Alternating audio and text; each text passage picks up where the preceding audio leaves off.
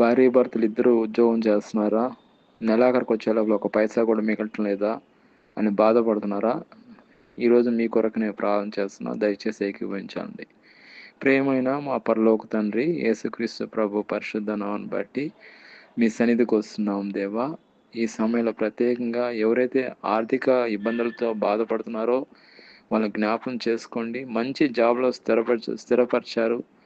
భార్యాభర్తలు ఇద్దరు కూడా ఉద్యోగం చేస్తున్నారు, కానీ నెలాఖరికి వచ్చేలోపల ఒక పైసా కూడా మిగలట్లేదు నాయన. చిల్లి జోబిలాగా ఉంది వాళ్ళకి. ఎంత డబ్బులు వేసినా కానీ ఆ చిల్లి జోబిలో ఏది కూడా ఉండదు, కానీ అది కింద పడిపోతూ ఉంటుంది. అదేవిధంగా ఏదో విధంగా ఆర్థిక సమస్యలు, ఏదో విధంగా హాస్పిటల్ ఖర్చులు, ఏదో విధంగా యాక్సిడెంట్ ఖర్చులు, ఏదో విధంగా అట్లా ఖర్చులు అయిపోతున్నాయి ప్రభా. బిడ్డలను జ్ఞాపకం చేసుకోండి. అట్లా కాకుండా మీ కృప నిండుగా మెండుగా సమృద్ధిగా అనుగ్రహించండి. సాతాను వేస్తున్న ప్రతి ఆటంకాన్ని తొలగించండి.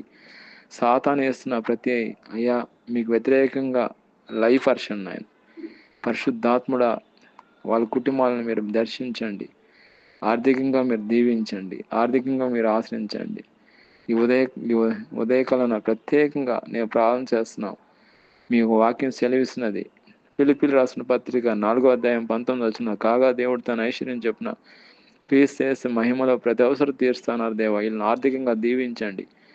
అదేవిధంగా నాయన మీ యొక్క దారిద్ర్యం వలన మీ ధనవంతం చేస్తాను దేవా. మీ యొక్క వాక్యం సెలవిస్తున్నది. కాగా మన ప్రభుని యేసుక్రీస్తు కృపను మీరు ఎరుగుదురా. ఆయన ధనవంతుడేయండి. మీరు తన దారిద్రంలో ధనవంతుడు కావాలని మీ నిమిత్తం ఆయన దరిద్రుడైనను. ఈ వాగ్దానం ఈ బిడ్డల జీవితం నెరవేర్చండి. ఎవరైతే ఆర్థిక సమస్యలతో బాధపడుతున్నారో వాళ్ళని ఆర్థికంగా అన్ని విషయాలు ఆదుకోమని, దీవించమని, ఆశ్రయించమని, కృప చూపించమని, అదేవిధంగా ఎవరైతే ఏకీభవిస్తున్నారో అందరిని దీవించమని ప్రభుని యేసుక్రీస్తునామములో ప్రార్థన చేస్తున్నాం తండ్రి. ఆమేన్.